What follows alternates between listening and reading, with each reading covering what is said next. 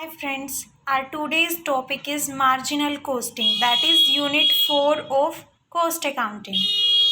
It contains topics that is profit volume, volume cost profit relationship, that is CVP analysis, and incremental analysis or differential costing as tool of pricing decisions, product decisions, make or buy decisions, shutdown decisions, etc. So let's discuss them one by one, starting from marginal costing. So, what is marginal cost and what is marginal costing? अब जब हम एक business को run करते हैं then there are two types of cost, fixed cost and variable cost. Fixed cost जो हमें पे करनी ही करनी है, ठीक है, चाहे हमारा प्रोडक्शन हो चाहे ना हो, सेल हो ना हो, वो हमें पे करनी है. लेकिन वेरिएबल कॉस्ट जो है ना वो प्रोडक्शन के अकॉर्डिंग वेरी करती है. अगर हम ज़्यादा प्रोडक्शन करेंगे तो ज़्यादा मटेरियल लगेगा तो ज़्यादा वेरिएबल कॉस्ट होगी. तो मटेरियल की कॉस्ट, लेबर की कॉस्ट, ये वेरिएबल कॉस्ट होती हैं. और डायरेक्ट एक्सपेंसेस होते हैं, ठीक है, कुछ जो होते हैं वो वेरिएबल ओवरहेड्स होते हैं, कुछ फिक्स्ड ओवरहेड्स होते हैं. तो जो वेरिएबल कॉस्ट होती है of one differential unit of a product or service, that is called marginal cost. और marginal costing क्या है? इसका मतलब है जब हम determine और utilize करते हैं marginal cost को decision making के लिए, that is called marginal costing.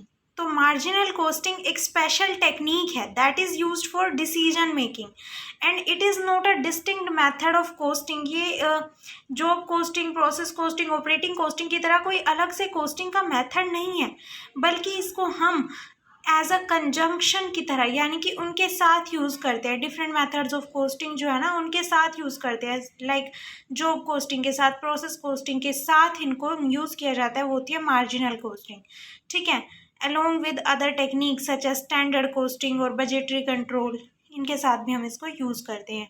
जो मार्जिनल कोस्टिंग है ना ये हेल्प करती है डिसीजन लेने में on the basis of variable और marginal coast.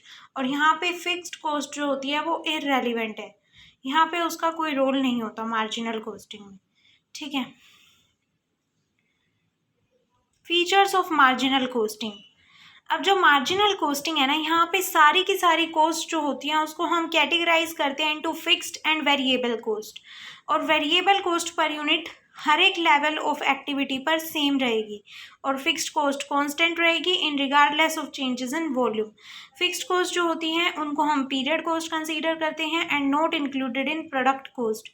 Only variable cost को प्रोडक्ट कॉस्ट में इंक्लूड किया जाएगा. इस प्रोडक्ट और पीरियड कॉस्ट के कंसेप्ट को हम अभी आगे डिस्कस करेंगे. जो स्टॉक होता है वर्क इन प्रोग्रेस का एंड फिनिश्ड गुड्स का, उसको वैल्यू किया जाता है at marginal cost of production.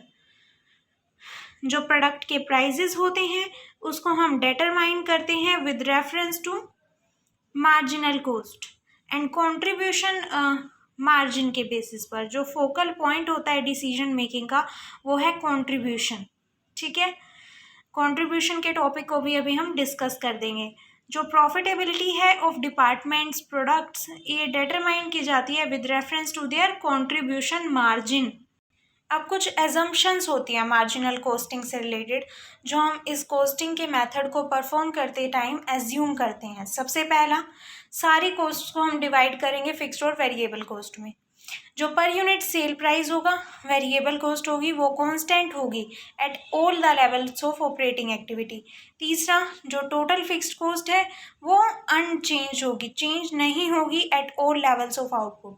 In case of additional production only marginal और वेरिएबल कॉस्ट इनकर होगी. अगर हम एडिशनल प्रोड्यूस करेंगे तो सिर्फ मार्जिनल और वेरिएबल कॉस्ट इनकर होगी, फिक्स्ड कॉस्ट इनकर नहीं होगी. ये हम एज्यूम करके चलते हैं. Now what are the advantages of marginal costing. First of all, जो फिक्स्ड कॉस्ट है वो यहाँ पर क्या होगी, period cost in nature and it should be charge to the concerned period irrespective of quantum और लेवल ऑफ प्रोडक्शन. जो fixed cost होती हैं वो पीरियड कॉस्ट है, उसको हम पीरियड से कंसर्न पीरियड से चार्ज करेंगे। क्वांटम और लेवल ऑफ प्रोडक्शन का कोई उस पर असर नहीं पड़ेगा, रिस्पेक्टिव होगा। ठीक है, इन अ हाईली कॉम्पिटिटिव सिचुएशन ये वाइज डिसीजन होगा कि हम टू टेक एन ऑर्डर जो कि कवर करे मार्जिनल कॉस्ट को एंड मेक सम कंट्रीब्यूशन, और कुछ कंट्रीब्यूशन करें हम towards fixed cost rather than lose the order. ठीक है, अगर हाईली कॉम्पिटिटिव सिचुएशन है तो ये वाइज डिसीजन होगा कि हम क्या करें, एक ऑर्डर लें जो कि मार्जिनल कॉस्ट को कवर करे। ठीक है, एंड एक ऐसा ऑर्डर जो कि मार्जिनल कॉस्ट को कवर करे एंड कुछ कंट्रीब्यूशन करे टुवर्ड्स फिक्स्ड कॉस्ट, और उस ऑर्डर को हम लूज ना करें। थर्ड, जो डिफ़िकल्टी है इन अपॉर्शनमेंट एंड एब्जॉर्प्शन, जो absorption of fixed cost to product cost, ये एग्जिस्ट नहीं करती है कंट्रीब्यूशन अप्रोच में।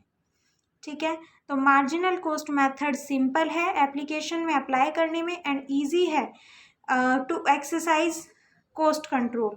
अगर हम कॉस्ट कंट्रोल करना चाहते हैं तो मार्जिनल कॉस्टिंग एक ईजी और सिंपल मेथड है। फिक्स्ड ओवरहेड्स का जो एलोकेशन होता है वो कॉम्प्लेक्स एंड डिस्प्यूटेबल टास्क है, लेकिन मार्जिनल कॉस्टिंग मोर इन्फॉर्मेटिव और सिंपल टू अंडरस्टैंड है। जो इम्पॉर्टेंट बिजनेस डिसीजंस होते हैं लाइक मेक और बाय डिसीजन, सब contracting decision, shut down decision, export order pricing, की फैक्टर कंसिडरेशन, ये मार्जिनल कॉस्टिंग पर ही बेस है। ठीक है, जो प्रॉफिट एंड लॉस स्टेटमेंट होती है is not distorted by changes in stock levels. Profit और लॉस स्टेटमेंट स्टॉक लेवल के चेंज होने की वजह से कोई डिस्टोर्ट नहीं होगी। Stock valuation are not burden with a share of fixed overhead. Stock valuation में फिक्स्ड ओवरहेड को ऐड नहीं किया जाता है, तो प्रॉफिट्स जो होंगे वो रिफ्लेक्ट करेंगे सेल्स वॉल्यूम को रादर देन प्रोडक्शन वॉल्यूम। जो रिस्पॉन्सिबिलिटी अकाउंटिंग है वो कंट्रोलेबल कॉस्ट पर बेस्ड है और वेरिएबल कॉस्ट कंट्रोलेबल होती है, तो मार्जिनल कॉस्टिंग जो रिस्पॉन्सिबिलिटी अकाउंटिंग है उसमें यूज़फुल होगी। अब लिमिटेशंस क्या है मार्जिनल कॉस्टिंग के, अब इसमें हम फिक्स्ड और वेरिएबल कॉस्ट को सेग्रीगेट करते हैं, लेकिन सेग्रीगेट करने में ही तो डिफ़िकल्टी है। सेमी वेरिएबल कॉस्ट जो है वो पोज करती है सच अ प्रॉब्लम। जब हम प्राइसिंग करते हैं at marginal cost, it can't be a healthy practice for long. ये लॉन्ग टाइम तक एक हेल्दी प्रैक्टिस नहीं रहेगी जब हम प्राइसिंग करेंगे मार्जिनल कॉस्ट पर। ओवरहेड्स में नॉट बी रिकवर्ड, ओवरहेड्स हो सकता है रिकवर ना हो रहे हो। जो इंटर फर्म कंपैरिजन है इसको हम इफ़ेक्टिवली नहीं कर सकते जस्ट वेरिएबल कॉस्ट के बेसिस पर। जब वेरिएबल कॉस्ट मटेरियल की और लेबर की कांस्टेंट नहीं होती है, can't remain constant with heavy purchases. अगर ज़्यादा परचेज करेंगे तो जो एम्प्लॉयमेंट है ना, बल्क लेबर का कॉस्ट का, वो चेंज हो जाएगा। फिक्स्ड कॉस्ट में नॉट रिमेन कांस्टेंट, हमेशा कांस्टेंट नहीं रह सकती, लेकिन हम एज्यूम कर रहे हैं कि कांस्टेंट है। तो एक्सटर्नल एनवायरनमेंट और मैनेजरियल डिसीजंस जो है ना वो अफेक्ट करते हैं फिक्स्ड कॉस्ट को, such as retrenchment of administrative staff, increased automation और मैकेनाइजेशन। अब ऑटोमेशन और मैकेनाइजेशन इंक्रीज हो गया है, सो इसकी वजह से लेबर कॉस्ट रिड्यूस हो गई है और फिक्स्ड कॉस्ट इंक्रीज होने लग गई है, hence marginal costing is losing its space. जो मार्जिनल कॉस्टिंग है ये gap generally accounting accepted principles जो है ना उनसे मैच नहीं करता है। It covering financial accounting. जो इनकम टैक्स अथॉरिटीज़ हैं वो मार्जिनल कॉस्ट को रिकॉग्नाइज नहीं करती हैं इन्वेंट्री वैल्यूएशन के पर्पस के लिए। तो यूटिलिटी जो है मार्जिनल कॉस्टिंग की, it should not be generalised in specific circumstances for decision making. ये एक यूज़फुल टूल है। ठीक है, income statement under marginal costing.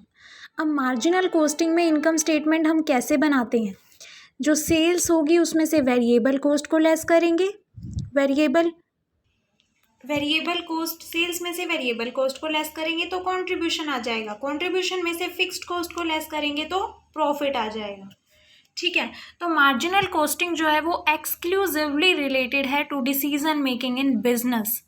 Decision किस तरह के, कि should I sell this product, क्या मैं इस प्रोडक्ट को सेल करूं, at what price I should sell this product, should I continue और discontinue with this product. Many such important decisions are taken using marginal costing. जो अभी हमने income statement discuss किया ना मार्जिनल कॉस्टिंग की, अब उसको हम एक फर्दर डिटेल में डिस्कस करते हैं। अब सेल्स में से जो हमने वेरिएबल कॉस्ट माइनस करनी थी, तो वेरिएबल कॉस्ट में जो है ना क्या क्या आएगा, direct material cost, direct labour cost, direct expenses और वेरिएबल प्रोडक्शन ओवरहेड्स। इन सबको हम लेस कर देंगे तो हमारे पास क्या आ जाएगा, वेरिएबल कॉस्ट। अब देखो इन सबको हम ऐड करेंगे तो variable cost of goods produce आएगा। उसमें हम क्या ऐड करेंगे ओपनिंग स्टॉक, लेस करेंगे क्लोजिंग स्टॉक, तो variable cost of goods sold आ गया। ऐड करेंगे वेरिएबल एडमिनिस्ट्रेटिव ओवरहेड्स, ऐड करेंगे variable selling and distribution overheads. तो जो टोटल आएगा उसमें से हम सेल्स में से हम इसको माइनस कर देंगे। माइनस करेंगे तो हमारे पास क्या आएगा, वेरिएबल कॉस्ट ऑफ सेल्स। और कंट्रीब्यूशन क्या होता है, sales minus variable cost. Okay, so sales minus variable cost. अब जो कंट्रीब्यूशन आया था उसमें से हमने फिक्स्ड ओवरहेड को माइनस किया था ना, तो हमारे पास प्रॉफिट आ जाएगा। फिक्स्ड ओवरहेड में क्या क्या आता है, fixed production overhead, fixed administration overheads and fixed selling and distribution overhead, हमारे पास आ जाएगा प्रॉफिट। तो कंट्रीब्यूशन के यहाँ से दो फॉर्मूले हमारे पास निकल के आए। Contribution is equal to sales minus variable cost, दूसरा contribution is equal to fixed cost plus profit. ठीक है, now let's discuss about absorption costing. Marginal costing में फोकस किस पे हो रहा था, वेरिएबल कॉस्ट पे। अब एब्जॉर्प्शन कॉस्टिंग में फोकस किस पे होगा, फिक्स्ड ओवरहेड्स पे। ठीक है, एक बिजनेस जो है ना वो फिक्स्ड एक्सपेंसेस इनकर करता है। अब हम इन एक्सपेंसेस को कहाँ से रिकवर करते हैं, कस्टमर से। तो हम कैसे रिकवर करेंगे कस्टमर से, तो उसके लिए हम यूज़ करते हैं एब्जॉर्प्शन कॉस्टिंग का। फॉर एग्जांपल एक ओनर जो है ना वो रेंट पे करता है 1,00,000 रुपीज़ पर मंथ। अब ये रिकवर करेगा ये रेंट कस्टमर से। अब नंबर ऑफ़ प्रोडक्शन यूनिट्स हम मान लेते हैं 50,000 है, तो एब्जॉर्प्शन रेट निकालेंगे 1,00,000 जो हमने देना है डिवाइडेड बाय 50,000 यूनिट्स, तो ₹2 पर यूनिट। अब हम रिकवर करेंगे ₹2 from every unit produced and this is how full rent amount will be recovered. This is the concept of absorption costing. So absorption costing जो है ना ये एक मेथड है, एक प्रिंसिपल है जहाँ पर हम वेरिएबल और फिक्स्ड कॉस्ट दोनों को एलोकेट करते हैं कॉस्ट यूनिट में एंड टोटल ओवरहेड्स को एब्जॉर्ब किया जाता है according to activity level. According to CIMA London, absorption costing क्या है, ये एक प्रैक्टिस है जिसमें हम चार्ज करते हैं सभी कॉस्ट को, चाहे वो वेरिएबल हो चाहे फिक्स्ड हो। किससे चार्ज करते हैं, टू ऑपरेशंस, प्रोसेसेस और प्रोडक्ट्स। एब्जॉर्प्शन कॉस्टिंग एक सिंपल और फैमिलियर मेथड है for recording and decision making on the basis of total cost. ये एक oldest and widely used system है of cost accounting in operation. Absorption costing is the process जिसमें हम charge करते हैं of all manufacturing, all variable manufacturing costs and fixed production overheads to operations, processes और products and write of करते हैं सारे administration और सेलिंग एंड डिस्ट्रीब्यूशन ओवरहेड्स को against the profit in the period in which they arise.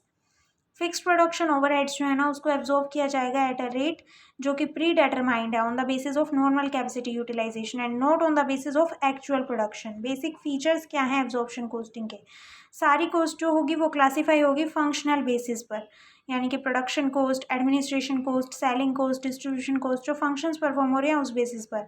दूसरा जो सारी variable manufacturing cost है और फिक्स्ड ओवरहेड्स हैं, फिक्स्ड प्रोडक्शन ओवरहेड्स हैं, उसको ट्रीट किया जाएगा as product cost and hence are charge to operations, processes और प्रोडक्ट्स। सारे जो administration, selling and distribution overheads हैं उसको हम पीरियड कॉस्ट मानेंगे और उनको राइट ऑफ करेंगे against the profit in the period in which they arise. Advantages क्या है एब्जॉर्प्शन कॉस्टिंग के, जो एब्जॉर्प्शन कॉस्टिंग है ये एक्रूअल कंसेप्ट को फॉलो करती है by matching total cost with the revenue for a particular accounting period. जो स्टॉक वैल्यूएशन है it compiles with the accounting standards due to absorption of fixed production cost into, जो stock valuation है ना उसमें fixed production भी include होता है, fixed overheads भी इंक्लूड होते हैं। No need to go for separation of cost, क्योंकि इसमें वेरिएबल और फिक्स्ड हम दोनों को कर रहे हैं तो सेग्रीगेशन करने की नीड ही नहीं है यहाँ पर। तो सेग्रीगेशन करने में जो डिफिकल्टी आती है वो अराइज ही नहीं होगी यहाँ। जो एनालिसिस ऑफ अंडर और एब्जॉर्ब्ड ओवर एब्जॉर्ब्ड ओवरहेड्स का it reveals degree of efficiency और यूटिलाइजेशन ऑफ प्रोडक्शन रिसोर्सेज। जो एलोकेशन हम करते हैं फिक्स्ड प्रोडक्शन ओवरहेड्स का to cost centres, it makes managers more aware of the cost and services provided. Cost plus pricing under absorption costing, cost plus pricing जो होता है under absorption costing ensure करता है कि सारी की सारी कॉस्ट क्या हो गई है, रिकवर हो गई है। अब क्या क्या लिमिटेशंस हैं एब्जॉर्प्शन कोस्टिंग के? विथ चेंज इन वॉल्यूम, जब वॉल्यूम चेंज होगी तो ओवरहेड एब्जॉर्प्शन जो होगा वो हाईली आर्बिट्रेरी होगा। ठीक है, अगर वॉल्यूम चेंज होगी तो ओवरहेड एब्जॉर्प्शन हाईली आर्बिट्रेरी होगा। अगर सेल्स प्राइसिंग डिसीजंस जो है ना वो टोटल यूनिट कॉस्ट पर बेस्ड है, there is danger that some products will be over priced and others are under priced. अगर सेल प्राइस डिसीजंस किस पे बेस्ड है, टोटल यूनिट कॉस्ट पे बेस्ड है, तो हमेशा एक खतरा बना रहेगा कि कुछ प्रोडक्ट जो हैं वो ओवर प्राइस हो गए हों या फिर अंडर प्राइस हो गए हों और टोटल रिवेन्यू और प्रॉफिट जो है वो मैक्सिमाइज ना हो रहा हो। इन रिपोर्टिंग एंटरप्राइज रिजल्ट्स जो प्रॉफिट होता है एक पर्टिकुलर पीरियड का, it will be affected by the amount of overheads absorbed into closing inventories और वर्क इन प्रोग्रेस और फिनिश्ड गुड्स, और चार्ज किया जाएगा against the period when opening inventories are sold. Absorption costing often ignore कर देता है selling and administration overheads को। तो these are the limitations of absorption costing. अभी हमने एक एब्जॉर्प्शन रेट निकाला था, तो एब्जॉर्प्शन रेट भी जो है ना 6 टाइप से निकाला जाता है। फर्स्ट, रेट पर यूनिट, अगर जो कोई कंपनी है वो एक प्रोडक्ट या फिर 2 सिमिलर प्रोडक्ट को प्रोड्यूस करती है तो हम रेट कैसे निकालते हैं absorption rate, that is budgeted fixed overheads divided by budgeted output. अगर रेट पर लेबर आर, यानी कि जब कंपनी मोर देन 2 प्रोडक्ट्स को प्रोड्यूस कर रही है तो हम रेट पर लेबर आर निकालेंगे, budgeted fixed overheads upon budgeted labour hour. उसके बाद अगर मोर मशीन्स का यूज़ किया जा रहा है तो रेट पर मशीन आर निकालेंगे, budgeted fixed overheads upon budgeted machine hours. अगर ओवरहेड्स जो है ना वो लेबर कॉस्ट से रिलेटेड है तो हम परसेंटेज ऑफ लेबर कॉस्ट निकालेंगे, that is budgeted fixed overheads upon budgeted labour cost into 100। अगर मटेरियल कॉस्ट से रिलेटेड है तो परसेंट ऑफ मटेरियल निकालेंगे, like ordering cost, loading cost, unloading cost. तो budgeted fixed overheads divided by budgeted material cost into 100। अगर prime cost से related overheads हैं, यानी कि लेबर और मटेरियल दोनों से रिलेटेड है, तो परसेंट ऑफ प्राइम कॉस्ट निकालेंगे, that is budgeted fixed overheads upon budgeted prime cost into 100। अब हम डिस्कस करते हैं under and over absorption of overheads को। ठीक है, इसमें हम क्या करते हैं, कंपेयर करेंगे एक्चुअल और एब्जॉर्ब्ड अमाउंट को। एक्चुअल एक्टिविटी को एब्जॉर्प्शन रेट से मल्टीप्लाई करके निकालेंगे हम। ठीक है, अब देखो, अगर एक्चुअल ओवरहेड्स एब्जॉर्ब्ड ओवरहेड से ज़्यादा हैं तो इसका मतलब है कि हमने कम एब्जॉर्ब किया है, कस्टमर से कम रिकवर किया है, तो अंडर एब्जॉर्प्शन है। अगर एक्चुअल ओवरहेड्स एब्जॉर्ब्ड ओवरहेड से कम है, यानी कि एब्जॉर्ब हमने ज़्यादा कर लिया है कस्टमर से, तो ओवर एब्जॉर्प्शन हो गया है। ठीक है, फॉर एग्जांपल एब्जॉर्प्शन रेट है 5 per unit, actual output 5000 units, actual overheads 28000 है, तो हमने अंडर और ओवर एब्जॉर्प्शन निकालना है। तो हम कंपेयर करेंगे, एक्चुअल कितने हैं 28000, एब्जॉर्ब्ड कितने हैं 5000 इंटू 5। अभी हमने बताया था actual activity into absorption rate निकाल के हम निकाल सकते हैं एब्जॉर्ब्ड ओवरहेड्स को, तो 5000 इंटू 5 दैट इज़ 25000। सो यहाँ पर क्या है, एक्चुअल जो है वो ज़्यादा है एब्जॉर्ब्ड से, that is the case of under absorption. Okay, so अब हम ट्रीटमेंट कैसे करते हैं अंडर और ओवर एब्जॉर्प्शन का। Treatment depends upon the reason of over and under absorption. अब रीज़न पे डिपेंड करता है, 2 रीज़न हो सकते हैं, नॉर्मल रीज़न और एबनॉर्मल रीज़न्स।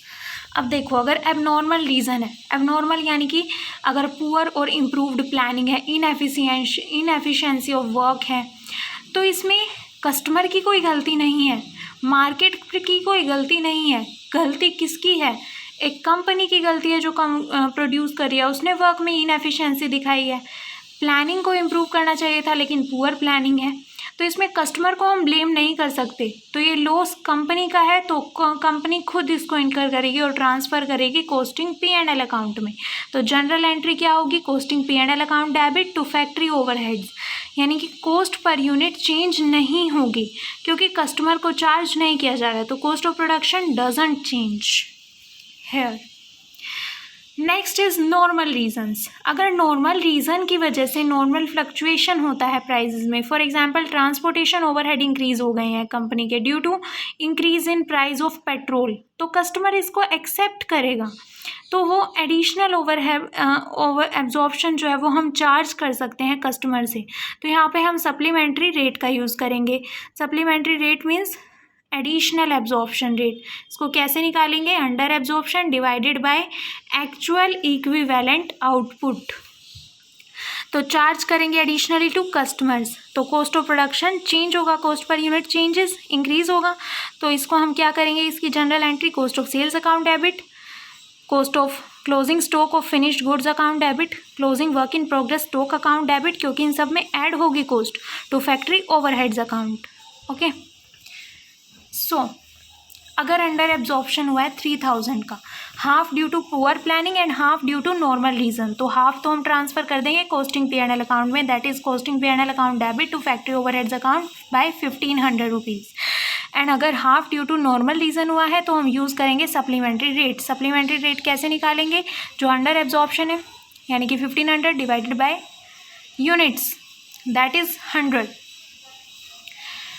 तो 150 रुपीज़ पर यूनिट आ गया। तो cost of sale to factory overheads 1500 to 1500 आ जाएगा। ठीक है, अब एलोकेशन, अपॉर्शनमेंट और री अपॉर्शनमेंट क्या होता है? अब देखो, एलोकेशन, अपॉर्शनमेंट और री अपॉर्शनमेंट कैसे करते हैं? एलोकेशन इट मीन्स चार्ज करना specific overheads to concern department. Concern department से जब हम स्पेसिफिक ओवरहेड को चार्ज करेंगे, लाइक प्रोडक्शन डिपार्टमेंट है तो उससे प्रोडक्शन ओवरहेड चार्ज कर रहे हैं, तो वो एलोकेशन है।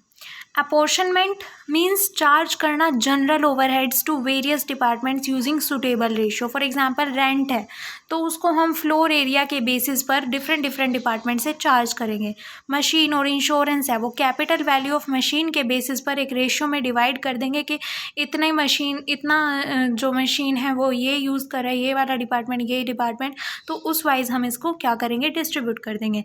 तो एलोकेशन और apportionment is primary distribution and reapportionment is secondary distribution. Reapportionment का मतलब है चार्ज करना ओवरहेड्स को of service department to production department. Service department के ओवरहेड्स को जब हम प्रोडक्शन ओवरहेड के डिपार्टमेंट से, प्रोडक्शन डिपार्टमेंट से चार्ज करते हैं using percent of service provided, यानी कि परसेंट ऑफ सर्विस जितनी प्रोवाइड कर रहा है सर्विस डिपार्टमेंट प्रोडक्शन डिपार्टमेंट को, उस बेसिस पर जब हम चार्ज करते हैं, दैट इज कॉल्ड री apportionment. While doing reapportionment, you will come across the following cases. जब सर्विस डिपार्टमेंट का हम चार्ज कर रहे हैं प्रोडक्शन डिपार्टमेंट से, सर्विस डिपार्टमेंट जो है वो प्रोडक्शन डिपार्टमेंट को सर्विस प्रोवाइड कर रहे हैं और अदर सर्विस डिपार्टमेंट को, तो हम इनको चार्ज कर लेंगे। लेकिन जब सर्विस डिपार्टमेंट प्रोडक्शन डिपार्टमेंट को चार्ज सर्विस प्रोवाइड कर रहा है और अदर सर्विस डिपार्टमेंट को, और अदर सर्विस डिपार्टमेंट इस सर्विस डिपार्टमेंट को सर्विस प्रोवाइड कर रहा है, तो इसको सॉल्व करने के लिए 3 मेथड्स को यूज़ किया जाता है। First is direct method, second is step ladder method, third is reciprocal method. Reciprocal method भी 3 पार्ट्स में डिवाइडेड है: repeated distribution, simultaneous equation and trial and error method. ठीक है, तो एब्जॉर्प्शन कॉस्टिंग मेथड जो है ना, ये शेयर किया जाता है on a fair basis. Direct cost और इनडायरेक्ट कॉस्ट, डायरेक्ट कॉस्ट को हम एलोकेट करते हैं कॉस्ट यूनिट को, डायरेक्ट कॉस्ट इनडायरेक्ट कॉस्ट को मिला के मिलती है टोटल कॉस्ट। इनडायरेक्ट कॉस्ट जो है ओवरहेड्स, जिसको हम एलोकेट करते हैं कॉस्ट सेंटर्स को, देन कॉस्ट सेंटर्स जो है ना उसको अपोर्शन करते हैं प्रोडक्शन डिपार्टमेंट और सर्विस डिपार्टमेंट में। देन री अपोर्शनमेंट होता है टू प्रोडक्शन डिपार्टमेंट, जो सर्विसेज प्रोवाइड की जा रही है उसको प्रोडक्शन डिपार्टमेंट में रीअब्जॉर्ब किया जाएगा, रीअपोर्शन किया जाएगा, और प्रोडक्शन डिपार्टमेंट जो होगा वो उसको एब्जॉर्ब करेगा कॉस्ट यूनिट से। So this is the process of absorption costing.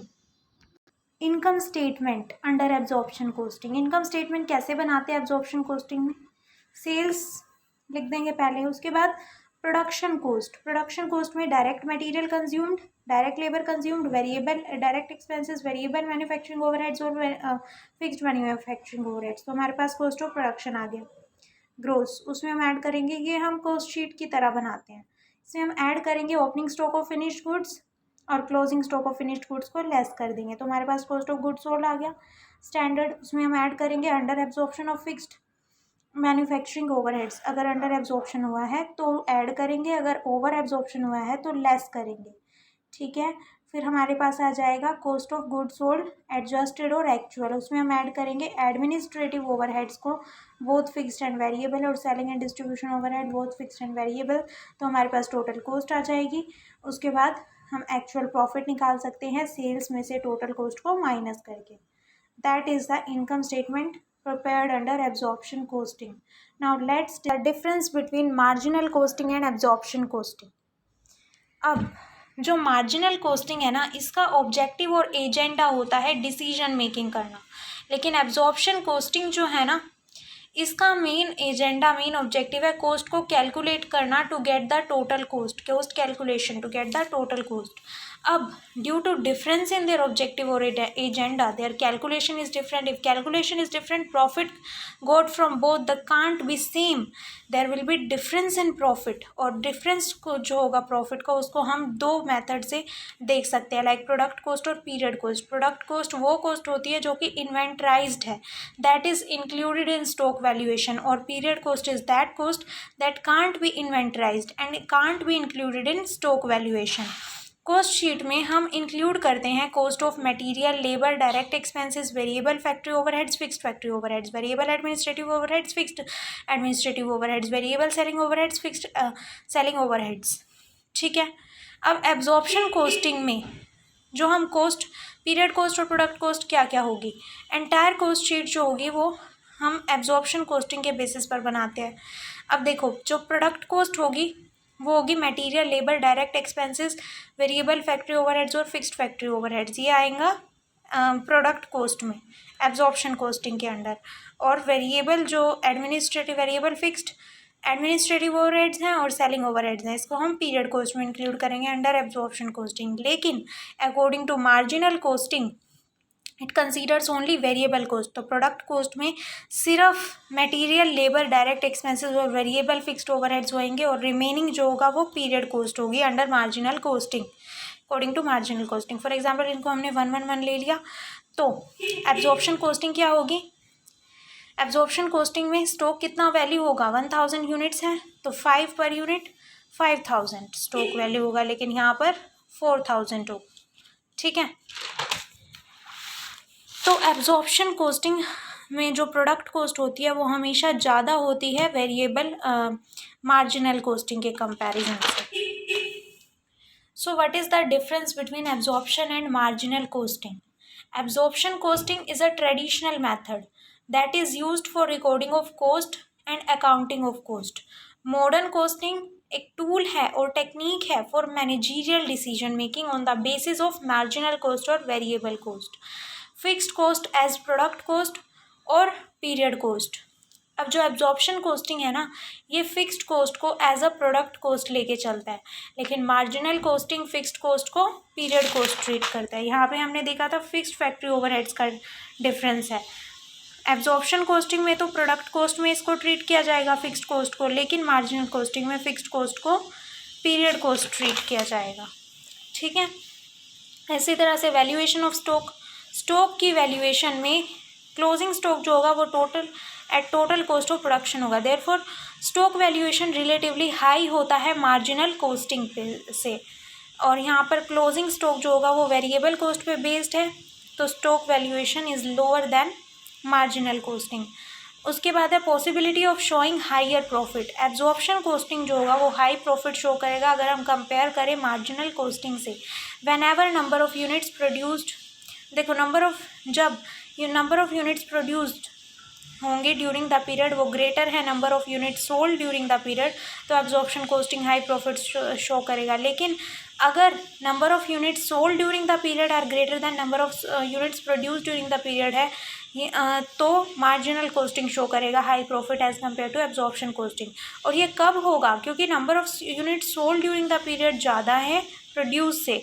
ये पॉसिबल होगा अगर ओपनिंग स्टॉक पड़ा है कंपनी के पास। तो रिवॉर्ड्स, एब्जॉर्प्शन कॉस्टिंग रिवॉर्ड करता है प्रोडक्शन को, यानी कि अगर हाई प्रोडक्शन होगा तो प्रॉफिट मार्जिन हाई होगा, लेकिन margin costing rewards the sales, यानी कि high sales leads to high profit margin.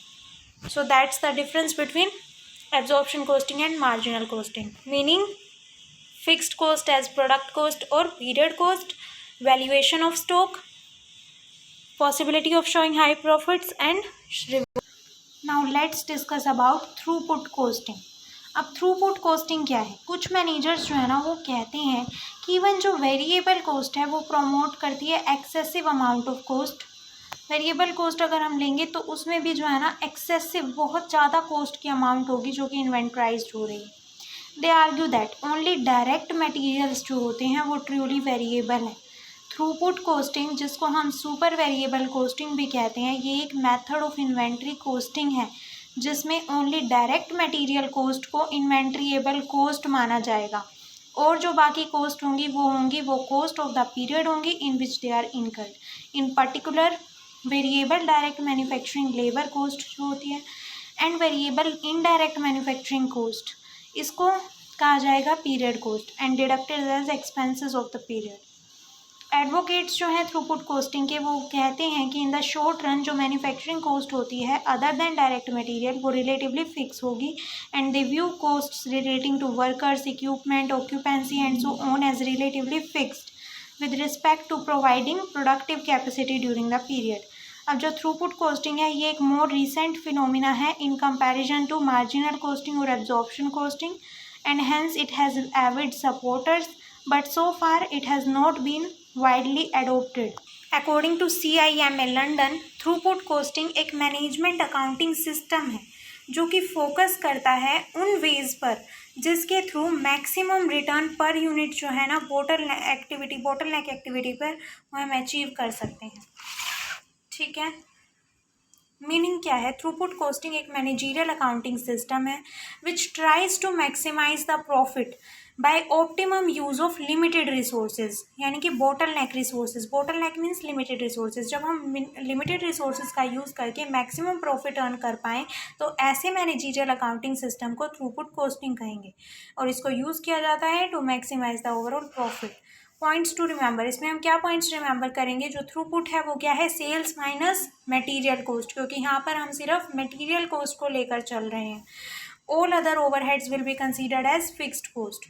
और थ्रूपुट जो है वो एक शॉर्ट टर्म अप्रोच है that is useful for decision making process. ये एक न्यू कंसेप्ट है लेकिन इसको वाइडली अभी तक एक्सेप्ट नहीं किया गया है ओवर मार्जिनल और एब्जॉर्प्शन कॉस्टिंग.